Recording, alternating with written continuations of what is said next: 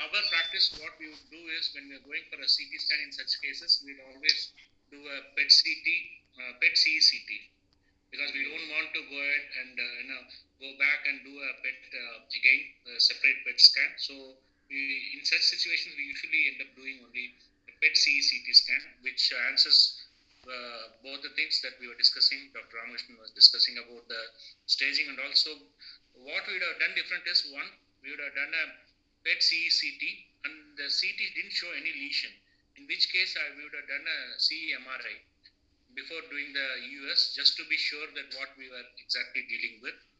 And then we would not have stented this patient unless we had the diagnosis, because there wasn't really a big enough or a strong enough indication for stenting this patient. We would have waited for the biopsy report and then taken the call on stenting or not. Because one of the differentials was a lymphoma. Other differentials, in a 21-year-old male, we are thinking of autoimmune pancreatitis. We are thinking of, neuroendocrine tumors, other things which not necessarily would always require surgery. So in this case, 2-3 things which I would have done different is, instead of a plain CT scan, I would have done a PET CT, and then before venturing for a US, we would have done a contrast MRI, and then we would have probably waited for the biopsy report before stenting. But anyway, the patient, we got the diagnosis, and now we are very clear. But this is how slightly differently we would have dealt with this patient.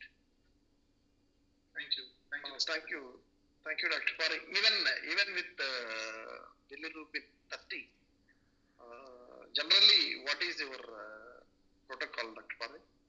No, bilirubin 30 is without patient not having any, the cholangitis, we wouldn't stent. Okay. Because what we have seen is many times we go to stent in such patients, they develop pancreatitis, and then actually pills get more difficult. They develop severe inflammation, sometimes necrosis, and then actually the pills become much more difficult. So unless the patient has cholangitis, because normally you never stent at all for all the periampullaries. Like yes. No cholangitis. No cholangitis, no stenting. Because what we have seen is many times we get caught with very difficult cases post stenting. Patient develop pancreatitis, severe inflammation, necrosis. Sometimes the surgery gets delayed by many weeks, and after that you go in, surgery becomes much more difficult. To mobilize the pancreas, do the pancreatic jejunal anastomosis. Actually, we feel that becomes actually much more difficult. So unless there is a pressing indication, irrespective of the bilirubin level, we do not stent. Other reason why we wouldn't stent is, suppose it came out as autoimmune pancreatitis or a lymphoma. A few shots of steroids, it suddenly comes down. The bilirubin starts coming down very rapidly. So probably in such cases, there wasn't a need for a stenting in the first instance. So unless we have a diagnosis, unless there is a cholangitis, we wouldn't venture to do a stenting. Okay. No, actually, two schools of thoughts. One is if bilirubin is more than 20, some people would stent routinely. I used to be in that school. That school.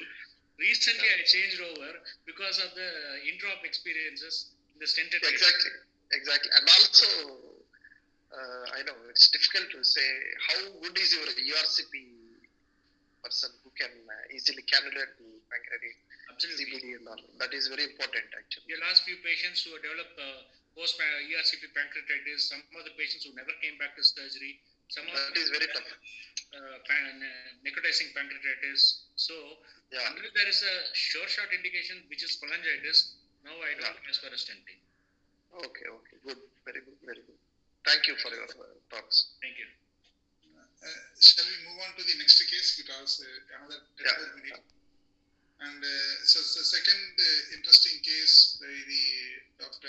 Gopi, our intensivist, is going to talk. And there is a cardiac tamponade in a post-liver transplant recipients. Dr. Gopi, please. Hi everyone. Good evening. I'll be presenting a case of cardiac tamponade developed in a post-liver transplant recipient.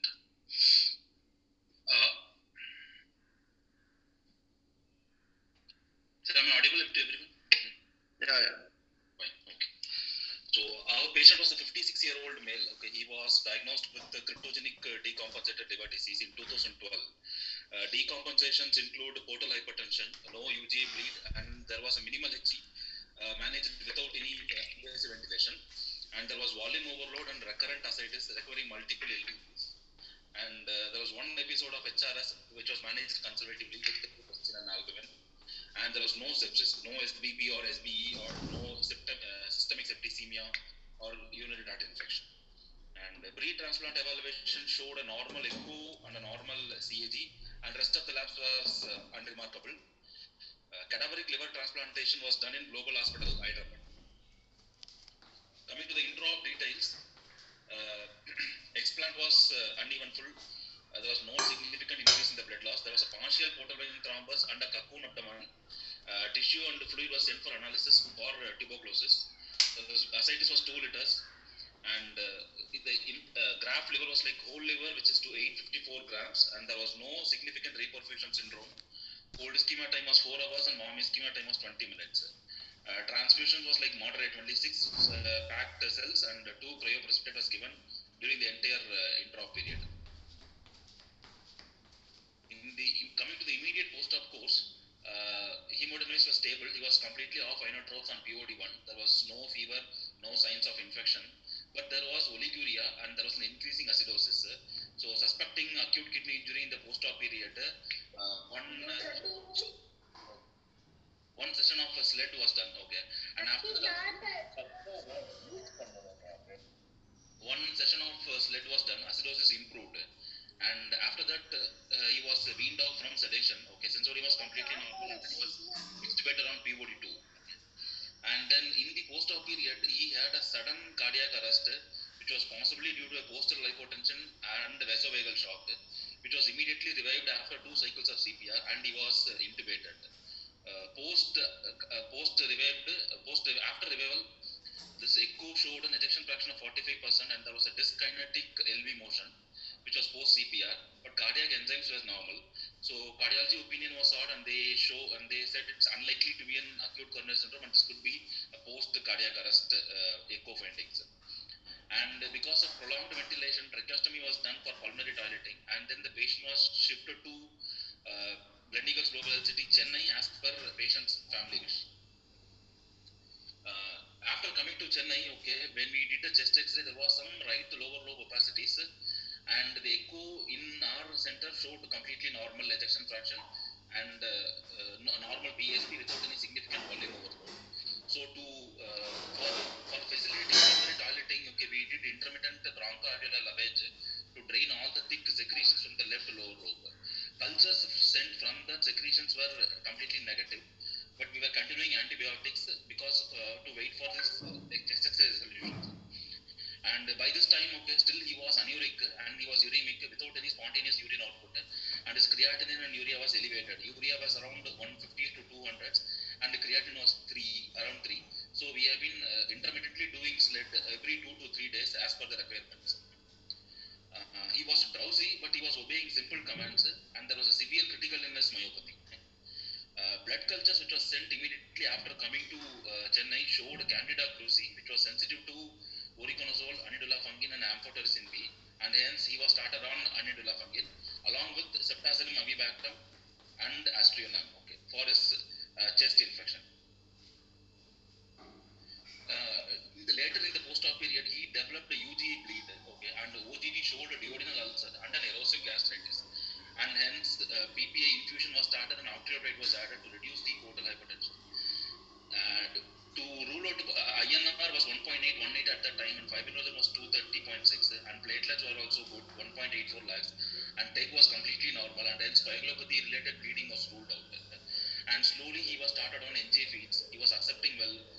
Sepsis was under control. There was no inotropes. Procalcitonin was decreasing trend. Surveillance blood cultures and ET secretion showed no growth, and he was day by day getting better from the respiratory point of view. He was completely tolerating TPs with minimal oxygen support at daytime, and he was maintaining with CPAP with a minimal oxygen support at the night time.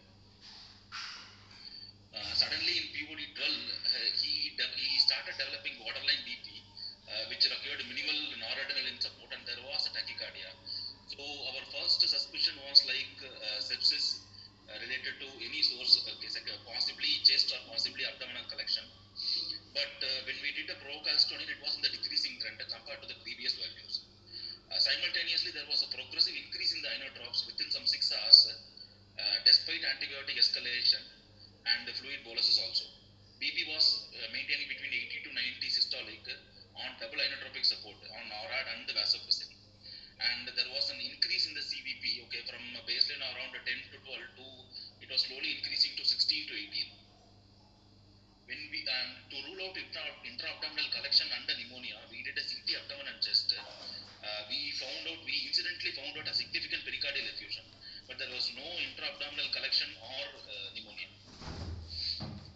So we did an urgent echo and it showed a large pericardial effusion, and there was restrictive RV motion, which caused restriction of RV filling, and hence we immediately called the cardio, and then they did a pericardiocentesis.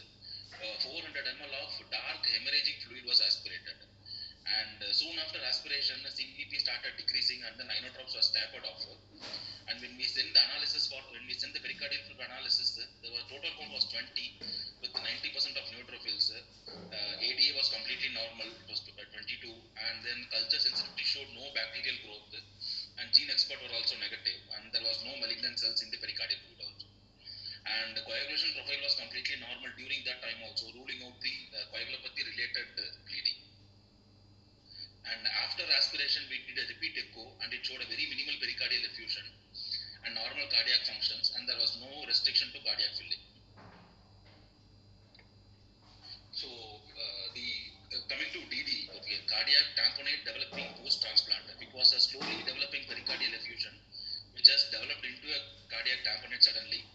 Our possible diagnosis was secondary to uremic pericarditis, because he was anuric in the post-op period for almost like for 18 to 20 days, for 12 days, and then persistently elevated urea and creatinine, despite we have been doing intermittent tests related to correct this urea and the creatinine. The other possible DDs like central venous catheter related cardiac tamponade pericardial effusion was considered, but the existing CVC which he had was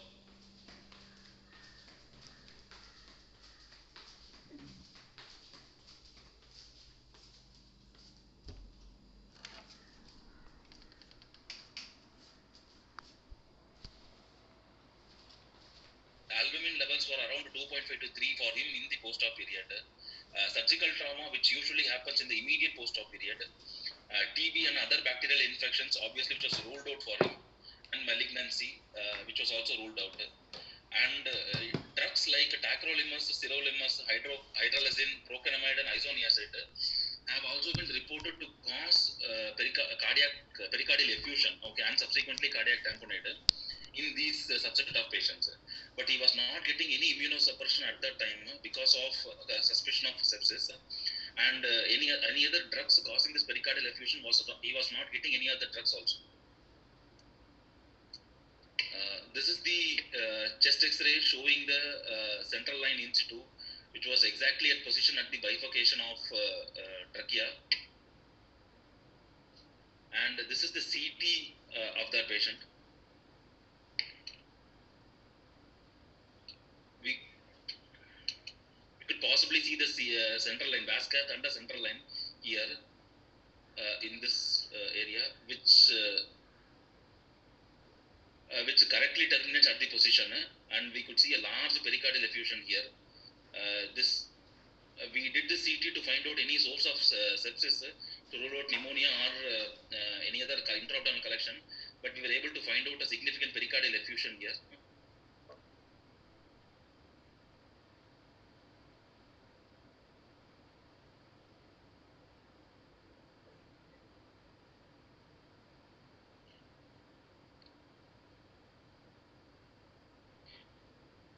And this was the echo which was done one day later after tapping. We could see a thin rim of a pericardial effusion now, and there was no restriction to RV filling. RV expansion is good, and there's a good left ventricular contractility.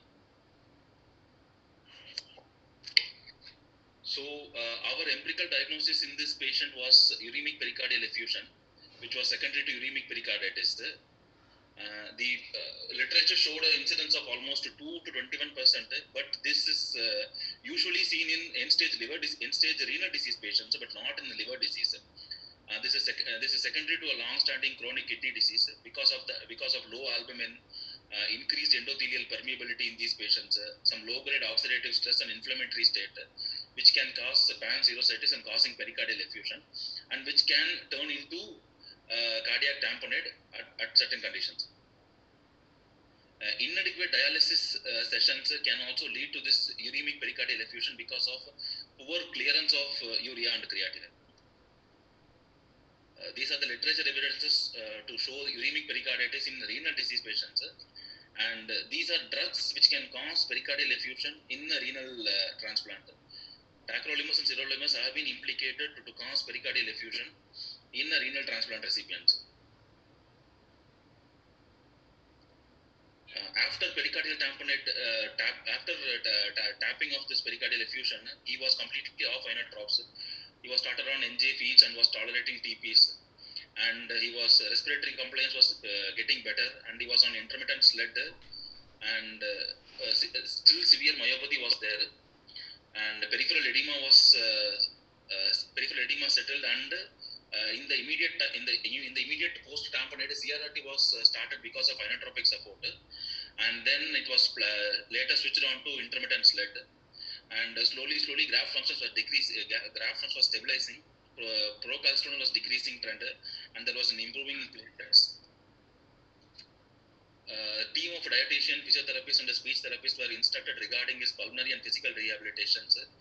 Rehabilitation was done according to protocol. Shiley's tube was changed in the middle, and then he was maintaining on only oxygen support, and then he continued to do regular intensive spiro, and slowly he developed spontaneous urine output, and the urea and creatinine slowly improved, and then cuff deflation was done, speech and swallowing therapy was trained, tracheostomy was completely blocked, and then decannulation was done, and he was discharged with stable hemodynamics and on room air with 98% saturation. Graft function was completely stable with the bilirubin of less than 1, and the enzymes was completely normal, and INR also normal. He was able to produce an urine output of almost 1.5 liters per day, and with a normal creatinine, and he was walking with support.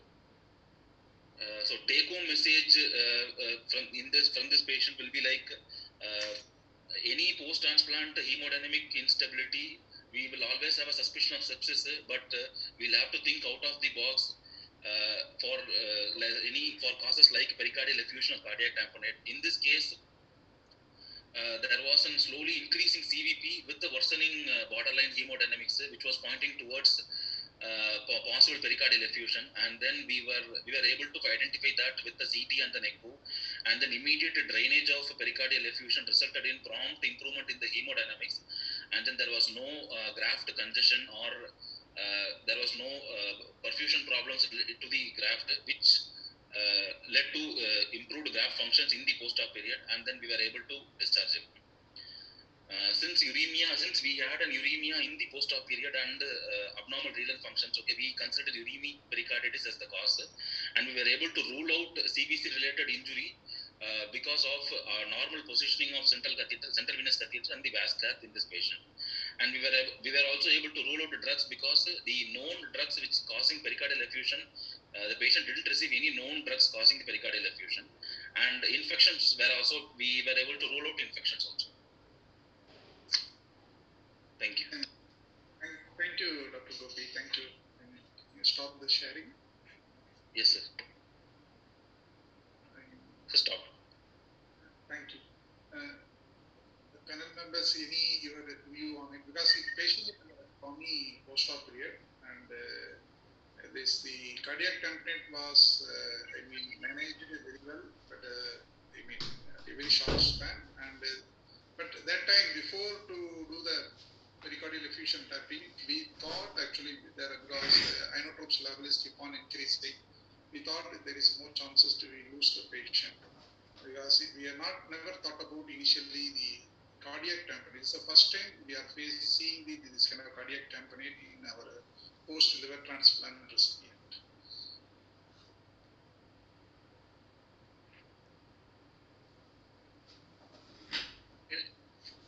Joy, can I have a few words? Yeah, please, Dr. Pati. Yeah. So Dr. Gopikrishnan, a fantastic presentation, very nice case. I had a few observations and one or two questions. Yes, My sir. observation was whether it was apparently a very straightforward transplant, right? Cadaver transplant, and a warm ischemia time at 20 minutes. Is that right? Is that right? Yes, sir. It was actually it was done in Global Hyderabad. Okay, we were able to access their records. Okay, it was Okay. mentioned 20 minutes only. That's okay. Fine. So irrespective, I was just wondering when the patient first had the cardiac arrest, Yes. the first thing which would after obviously resuscitating the patient, first thing I would have asked for is a CT pulmonary angio. So any reason why was it done, or you didn't mention that? So CT I would have. Sorry. The CT pulmonary angio was not done, sir. Okay, but the immediate post cardiac arrest echo showed a dyskinetic LV, but there was no compromise with the RV functions, and then there was no significant hemodynamic deterioration at that time. Also, he was hemodynamically stable in the immediately after revival. Okay, so irrespective, I would have asked for a CT pulmonary angio. The other thing was I would have looked at the QT interval, because these are the two things that many times we do see in the post-op period. These patients can develop pulmonary embolism because we clamp the IVC for several minutes or several hours sometimes, and then they are prone to develop pulmonary embolism. So that is one thing which is always in my mind when a patient suddenly becomes hemodynamically unstable in the post-transplant period. The other thing is a QT interval, because these patients can have prolonged QT intervals, and if undiagnosed, and then we give drugs which can cause sudden bad arrhythmias. So that is other thing which I would have looked for, and I'm not sure whether you mentioned that, but these are other two things. And the other possible cause which comes to my mind, which can cause pericardial effusion, is overzealous CPR. Overzealous CPR itself can cause cardiac hemopericardium. So I don't know whether the patient sustained any rib injuries and whether he developed a small amount of hemopericardium after the CPR. You mentioned that 2 cycles of CPR were given. Yes, sir. In the first time. But immediately after shifting to Chennai, okay, we did an echocardiogram as a whole. Okay, we did a top to bottom surveillance.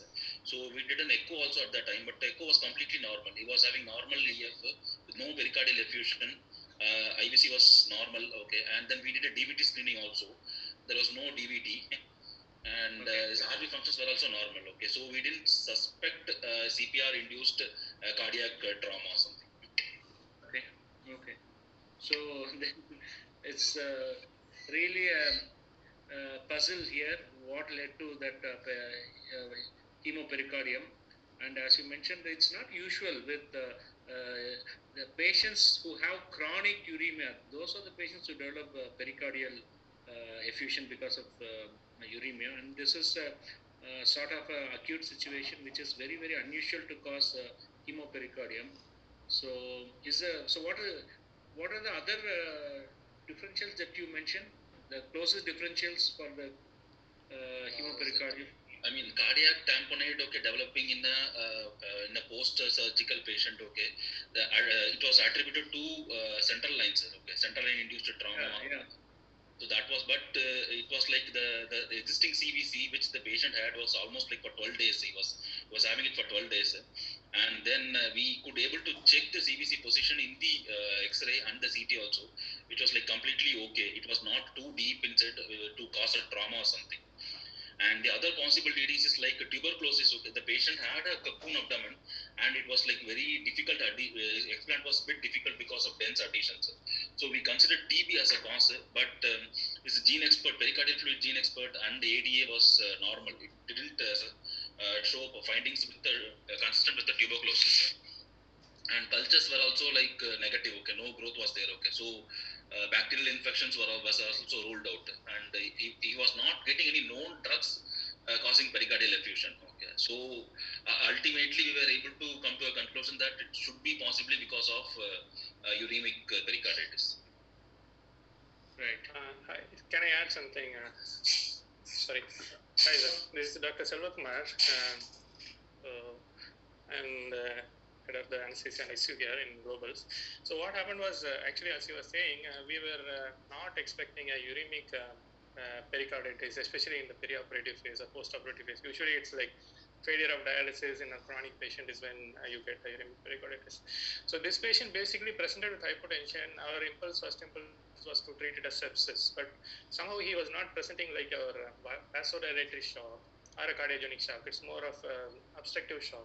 But the problem which we faced was he was already a bit volume overloaded. CVP was already on the higher side, and the further increase in that CVP was initially attributed to the less cycles of SLED or the dialysis, the less frequency of dialysis. And this hypertension actually started immediately after a SLED. So there was a big doubt about the trauma or excessive anticoagulation during SLED or something like that. But we did a tag, everything was okay, the procedure position was okay. So I wouldn't say that uremic pericarditis was the first thing in our mind, but because out of the lot, even though it was a less likely reason, that's what we were thinking about. Thank you, Dr. Pari. This is Rajnikant. You said actually initially CTPA because of cross clamping of the KEVA, and sometimes it can really sudden episode of cardiac arrest, or these things can happen. But usually in our DDLT, we don't completely cross clamp. Here also, it's not completely cross clamp. It's only partial cross clamp.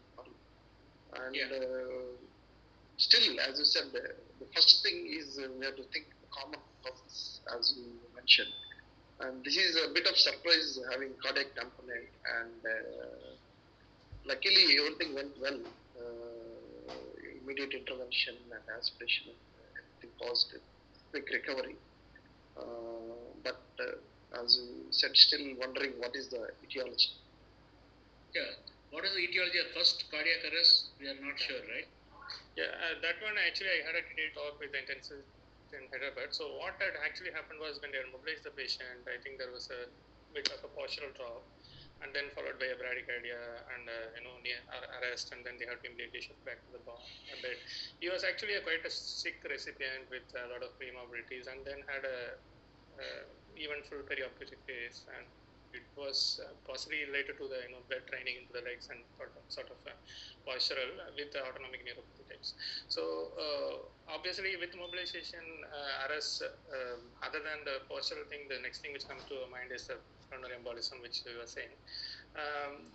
Usually in our center here, whenever we have situations like this, if there is a oxygenation is completely normal and RV is completely normal, we don't go to the steps of CTPA. But whenever there is a ambiguity, we mostly do the CTPAs. Yeah, but again, that's what I think happened there. Do you routinely check on QTC intervals in the post-transfusion? We do check, but I guess most of our patients corrected QTC has always been above 400, 440. So the problems of having this prolonged QTC is they usually present with more of rhythm issues rather than bradycardias. It's like Torsades de pointes or ventricular rhythms. So we did have one patient who had a prolonged QT with stress cardiomyopathy, which actually aggravated the already existing prolonged QT in the pre-op. So those patients typically presented with arrhythmias. So this was a sinus brady followed by arrest. So probably I wouldn't say it's a QT induced thing. Right. Dr. Ram Kumar. Good evening. The second case was a surgical case. My knowledge about post-transplant is very less. But anyway, it was like watching a Rajinikanth movie. The last slide showed the patient walking comfortably, normal urea creatinine. I was happy to see. But anyway, the take-home message which I learned from these cases, in the post-liver transplant, if somebody goes for a cardiac arrest, and if the cardiologist rules out acute coronary syndrome, check the QT interval and rule out pulmonary embolism by doing the CT angio. That's a very take-home message. And regarding the first case, and that is the first case I heard about from your presentation, the periampullary lymphoma.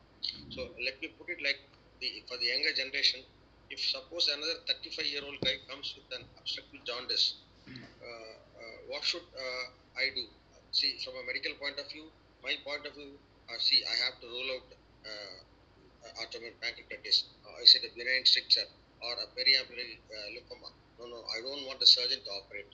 But from the surgeon's point of view, they will say, please do not stent unless the patient has cholangitis. So the take-home message which I got from the first case is, we have somebody as a young patient with obstructive jaundice, do the biopsy either using a side wing duodenoscopy or a US, go for the immunohistochemistry, rule out all the possible cases of lymphoma before handing out to the surgeon. Thank you. Please, sir. Thank you, sir. Well summarized. Thank you. Please, you can questions. You can ask questions. Sir.